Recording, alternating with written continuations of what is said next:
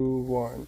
Hey everybody, welcome back to SWIC Journalism Podcast. It's Anthony and Victor here with us. Hello, how are you doing today? Hey, we're talking about today's topic is emotional intelligence versus traditional intelligence. So EQ versus IQ. Are you familiar with that at all, Victor? Yeah, I feel like I know what it means, and like I basically know like the concepts of each one. Me too. So I find it interesting, to be honest.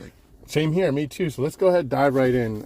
Earlier today, we went over an article from the CEO of Goldman Sachs. His name is David Solomon, and this article was published in Yahoo Finance. Obviously, David Solomon is a big-time player, right, Victor? Yeah. And he's a CEO, like we said, for Goldman Sachs, and he feels that, and I'm quoting here, what we're finding less and less in our firm is an important skill set, which is the ability to write. And he also, quoting here, he feels that academics and IQ are overweighted and emotional intelligence and the ability to relate is more important. What do you think about that?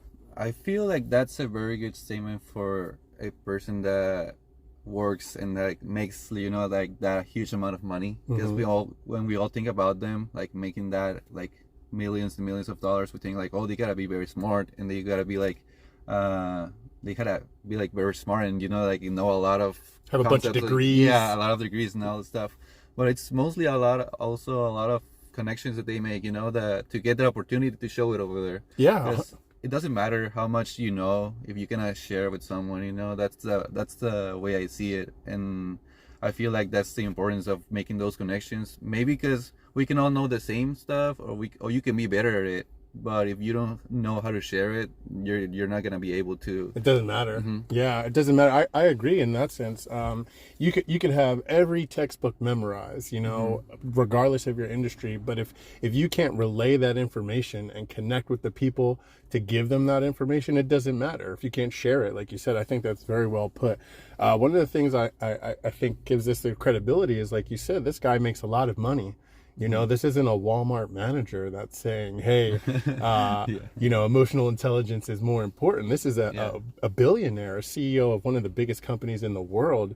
I guess my take on it is I would agree with him. I stop and I think, for me, what makes me more successful in my day-to-day life? Is it actually the math that I can do in my head, or is it the ability to connect with the Walmart cashier, or the ability to connect with my professor or other students in my class to do even an assignment like this? Without that, if I couldn't connect with you, we wouldn't be doing this assignment right now. You know what I mean? Yeah.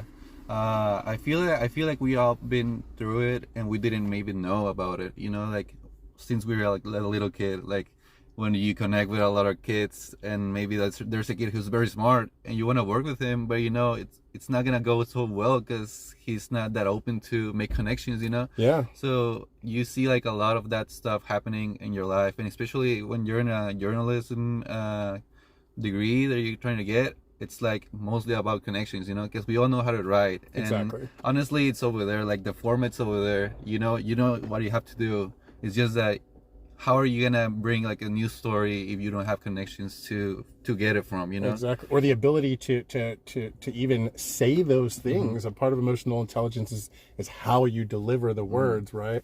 So what would you say, let me ask you this, Victor, for the people who think, if you were to make an argument for the other side, because both you and I, we think emotional intelligence is more important, but if you were to make an argument for traditional intelligence, what would you say? What would you say if you were someone who thought that, hey, no, traditional intelligence is more of a key to success than emotional intelligence? How would you argue that?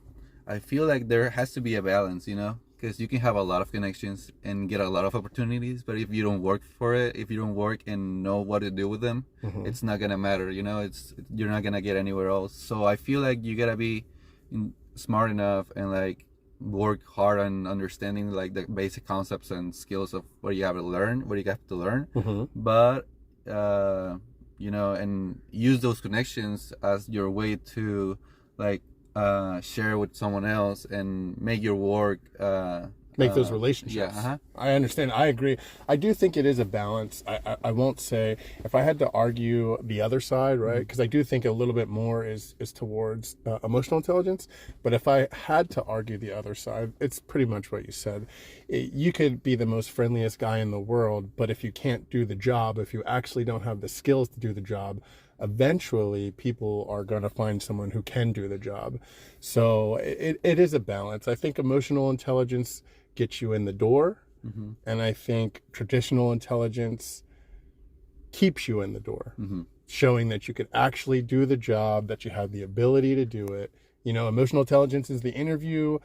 Traditional intelligence is the actual day-to-day job that you're doing. Yeah. Would you agree with that? Yeah, I actually think about it right now that you're saying it, and it's a very good example of it. Like, you can get up through a lot of doors, you know, you can knock a lot of doors and they can give you a chance for it, but it's your IQ which is gonna say if you're gonna stay there or not. Exactly.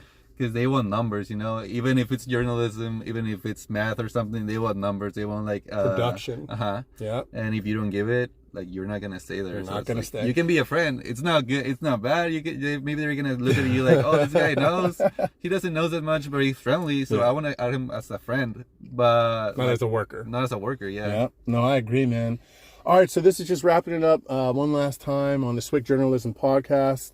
It's me, Anthony Norville, and Victor Meza right here. Victor Meza. We appreciate you listening, tuning in to us next week. Thanks a lot, guys. Bye.